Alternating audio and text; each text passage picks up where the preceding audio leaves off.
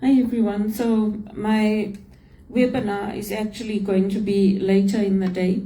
I thought what I'd do is I would share my vision statement that I wrote when I was doing my studies in theology at Regis College. I actually saved it and I kept it in my emails, which is a good thing because it's good to go back and re-look at it and see, have I been able to accomplish the things, or am I at least on that journey to accomplishing them? And what do I need to do? What do I need to change if I'm not? So this is, it's a vision statement that I wrote, and anybody can do this. You can get a pen and paper and you can have 3 sections. The first one is your vision statement. The second one is what theology it's based on. And then the praxis, so how are you going to carry it out? And in layman's terms, that would be your vision, your understanding or your goals, and then what steps are you going to do to take it. So my vision statement, and this was a very personal vision statement, so we keep it for ourselves. We don't share it with everybody, but I'm going to give you the main points, because what I did was I looked at Liberation Theology in my Ministry of Spiritual Direction, and Liberation Theology is not what it is in the communist movement. Liberation is about Christ freeing us so that we can use our potential and we can come into our fullness of life so that we can live life abundantly.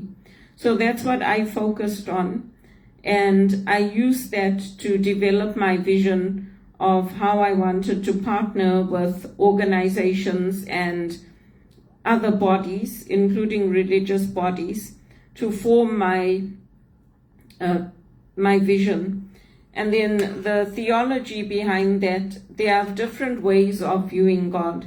So in the Old Testament, we have this God who is a God that comes to punish, and a God that comes to say, obey my commands, and if you don't obey my commands, this is what's going to happen to you. There's going to be all this disease and punishment, and all this is going to happen to you, and curses are going to be brought upon you.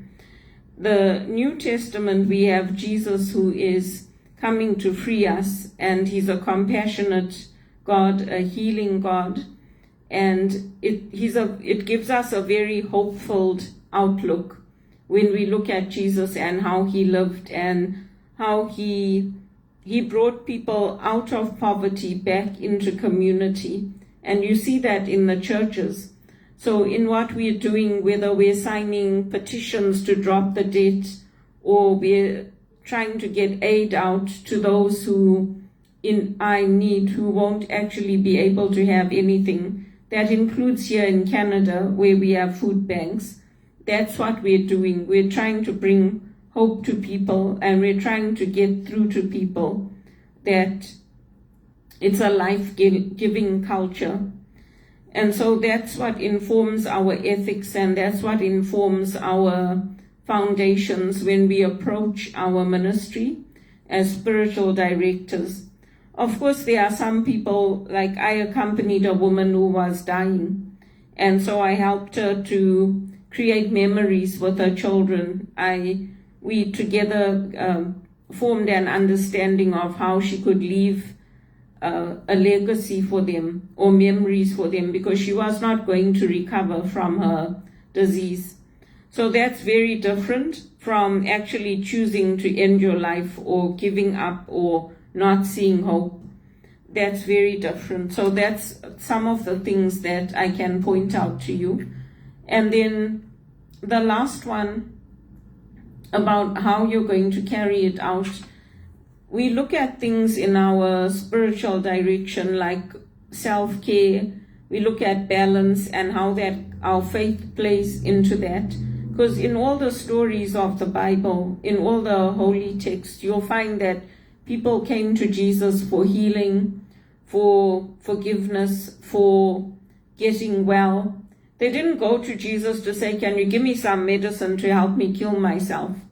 I've never read a scripture like that in the Bible. If there is one, then you can send it to me. But that's how we look at that, and then we look at how does it apply in our careers. So for me, I'm an HR professional. How does it apply in promoting human rights, equity, and spirituality in corporate Canada? How do we embody that? So it's embodied through things like corporate responsibility. There's a lot of companies now where they are giving donations to the church, they're helping to repair the churches. They get a tax break for that. So they do that, but as individuals, we also can incorporate that into what we are doing. And then we understand the historical context. So the historical context of Canada is not the historical context of Zimbabwe. But there are some things that are similar. It's a country that was colonized. It's a country that Western values were put onto the indigenous people. And so there are some things that are similar and there are other things that are different. And we can look at how we can foster that in our day-to-day lives, in shaping policy, in looking at how our gifts and talents are being affirmed or not in where we are, and also how our earnings reflect that. Because now in a lot of places, men and women are being paid the same, but they're not treated the same.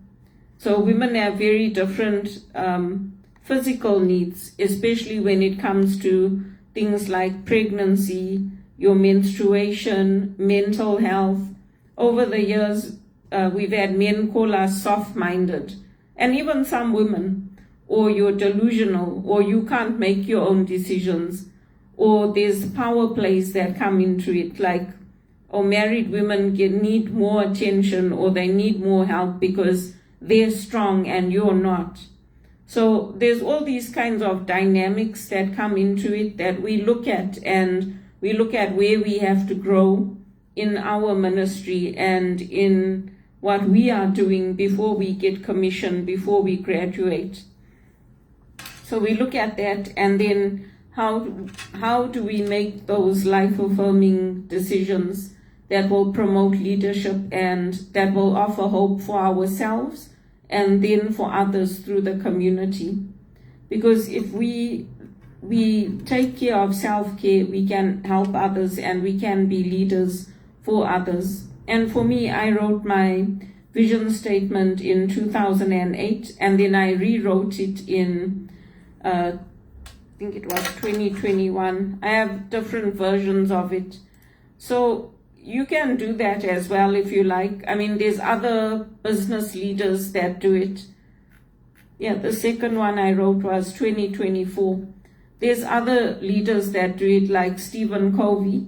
Stephen Covey is another, like if you want a secular book to read, you can look at some of Stephen Covey's works. You can look at John Maxwell. There's different ways to incorporate it. You don't have to do it through the theological lens. You don't have to do it through the spirituality lens, but it's ways that you can incorporate it and that you can do it.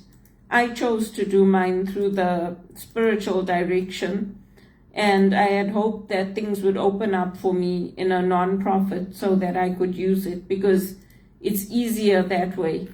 But I've applied it in my work and in what I've done. I've applied it in my volunteering and in other things that I'm doing. So I just wanted to share that, because if people are interested in helping, in having some facilitation, I can help with that. And the sisters taught me that, the Sisters of St. Joseph, the Sisters of Mercy, and then the Jesuits. So, and Regis College at that time when I was there, it wasn't only for Catholics, so anybody, any Christians that wanted to enroll could enroll. So we had Anglicans there as well that taught us, that helped us. And I didn't take all my courses at Regis College. I took some of them at the other Christian colleges.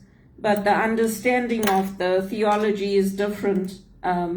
So I had to be careful with that, because there was pushback from the other lecturers on how I understood things, how I interpreted things, and I even had to take some of those papers of mine back to Regis College so that my professors could talk to them about my foundation and how I understood things. And then some of the courses, they wouldn't even pass me, because they were saying, no, your understanding is not right of this.